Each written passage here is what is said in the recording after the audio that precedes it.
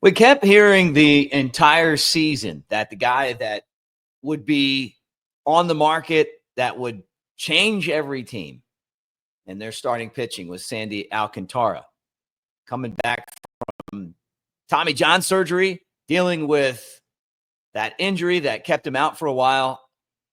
And now it doesn't look like he's being traded at all. And it's all performance-based. We've talked about it on the channel, but I guess they've kind of thrown it out there that he's not being dealt. How does that affect the Cubs? Also, how about this race that the Cubs are in right now with Milwaukee?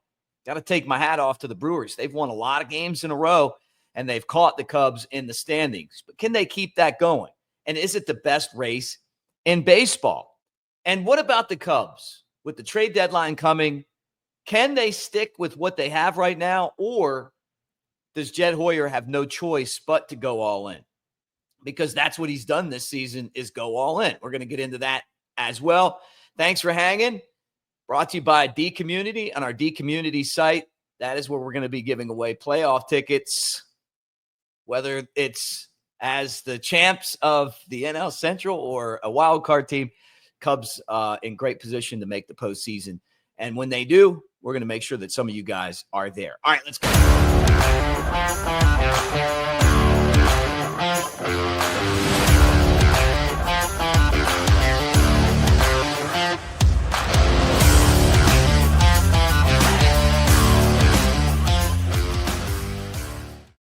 What do you say, everybody? Mick Gillespie here, Cubs Baseball Channel. Thanks for hanging. A little later start than normal. I try to drop the shows early in the morning, but today got two shows coming. Got this one, and then I got another one that's a long-form podcast, so make sure that you check that out. That'll drop later today. All right, let's get right into this, though.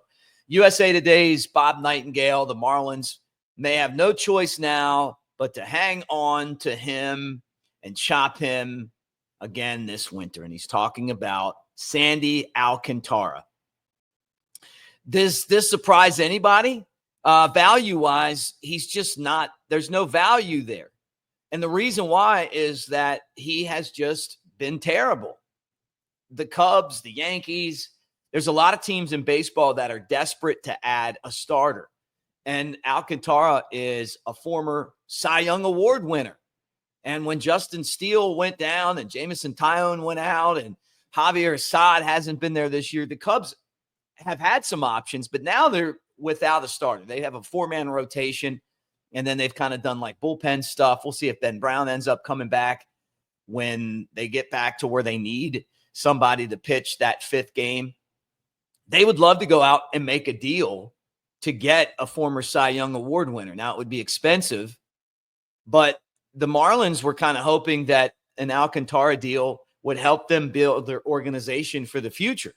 And the problem is, as we get close to the July 31st deadline, said he's been terrible. I mean, he really hasn't given them a guy that would be worth basically an organization worth making a deal for. He's 4-9. He's got a 7.14 ERA. You know, it looked like in June that he was going to turn things around. We saw it. He had those 4 starts where he was 2-2 with a 2.74 ERA. And I'm like, hey, I think he's finally got it. And then all of a sudden he's fallen off the ledge. And to the point where you'd be an idiot to make a trade for this guy and give up, you know, any kind of prospect, or even pick up the rest of his $17 million contract. And then another one for 26. And then, you know, 21 and 27. I mean, will he come back and eventually be the ace that he was before? Yeah, I think he will. I'm confident that in the long run that Alcantara is going to be okay. Just takes time to recover from Tommy John. Is that a definite? No. I mean, but I'm just guessing it will. Will he be there in time to help the Cubs out this year? The answer to that's probably not.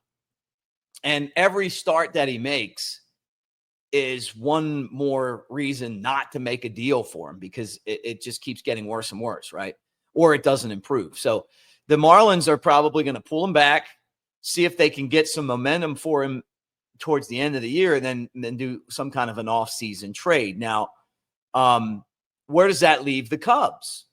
Bob Nightingale talked about the Marlins, but he also talked about the Cubs on Sunday and basically was like, you look at the deal that the Cubs made to get Kyle Tucker, and I've talked about it on here. The business aspect of the trade's terrible. And the reason I say that is the assets that you gave up, there are a lot of bad business deals. The trade that you made for Isaac Paredes, who just, by the way, is an all-star again, right? Had him, gave up the players to get him. And then you traded him in the deal, right? So you got to factor in all the guys that it took to get him. Now you're trading him. And you're trading him along with Cam Smith, who I'm watching in yesterday's game with a big double to break a tie. He's turned into your first round pick from last year's turned into a pretty good everyday player, and he hasn't even figured out the game yet. And wouldn't you rather have either one of those guys? He was drafted as a third baseman. He's playing right field in Houston. So he replaced Kyle Tucker, and you got an all-star third baseman, and Houston hasn't missed a beat.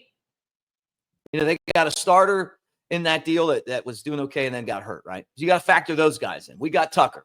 Hey, he's been great. Lived up to the hype. But then you took Cody Bellinger and you swung him to the Yankees with $5 million just to take him off your hands. You didn't get anything back. One guy that you released. So you put all that in a business bubble, and it's a lot. So my point isn't, hey, look, I'm not beating up on the front office. I'm just saying you gave up a lot to get him.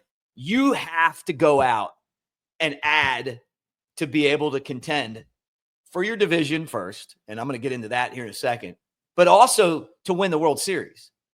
And I look at the Brewers right now and, what can you say? I mean, they proved the point of what baseball is. It is a team game, and they don't have the firepower that the Cubs have. They got good players, but they play as a team. They're moving runners. They're setting up innings. The pitching's going out there and throwing strikes. The defense making plays. Like, they're a solid team. I don't think they can win the World Series. I just saw them go up there and just, sweep the Dodgers. But I'm guessing that by the time the postseason comes, the Dodgers will have their normal players back. They'll have more star power. And the Brewers will be what they always are, and that's a team that doesn't really make a run. They're kind of like Tampa Bay, where you look at them and you're like, they've maximized the resources that they've had. They've hit on player development, scouting, drafting, trades, and they're solid. And they're going to be tough to beat. But the teams that win the World Series are the teams that have the star power, because those guys step up in those big moments. You got to have a combination of both. And I think that's where the Cubs have them beat. Now, to see them win all these games in a row, and it feels like they haven't lost in like 2 months. What can you say? Other than, if you're the Cubs, iron sharpens iron. It's the best race in baseball right now. And no one's talking about the Brewers. They don't hit very hard in the power ratings. But they should, because they do the little things right. And if the Cubs win the division, having this race is only going to make them better. The goal is to win the World Series. And running away with the division and being comfortable doesn't help you do it. Competition always makes you better. I've said that on this channel over and over again. The sense of urgency that the Cubs front office has had this year, not having an extension, and maybe they have one now, it's not public, I don't know. But that sense of urgency has built what we're watching right now, which is, I think, one of the most electric teams in baseball. And that's the Cubs every day. But anyway, Cubs and Brewers are going to play coming up here in next weekend. So that'll be interesting. Can't wait to see that. They've got the Royals, they've got the White Sox, and then they've got the Brewers in Milwaukee. So we're going to find out what it looks like, but it's a long race. At the end of the day, I still expect the Cubs to be very aggressive in this trade deadline. And I think that they're going to make a bunch of moves, and I think they should, because they have put all the chips in the middle of the table with the Tucker deal. He's only on a 1-year contract. And as long as they make deals that are smart for the future too, then you can do it and get away with it. And teams have proven that. The Dodgers are a great example of it. They're not going to trade you their top guy, but they'll trade you some players unless you have a guy like Michael Busch. And look at the deal that they got back from us. They got a great deal. Both teams are going to end up making out really well on that Michael Busch deal. We have already. But, my hope is that the Cubs don't trade Owen Casey, and I've talked about that too. Anyway, look, that's the show. Naren Desai and I are going to we've got a podcast dropping here shortly as well. So double shows today. I do apologize for not hitting you in the morning. Be back tomorrow morning, though. Cubs take on Kansas City tonight, and we'll kind of keep an eye on everything that's going on and enjoy another week of having the best team in baseball and tied for the best record in the National League. And I feel like they have the best team in baseball right now. What do you guys think? Get in the comments section. Thank you for helping our channel too. We're growing, trying to get to 10,000 subscribers before the season's over. Looking at maybe coming to Wrigley for a series in August or September. So maybe get to meet some of you guys in person as well. But thank you for being here. And I love saying this. Go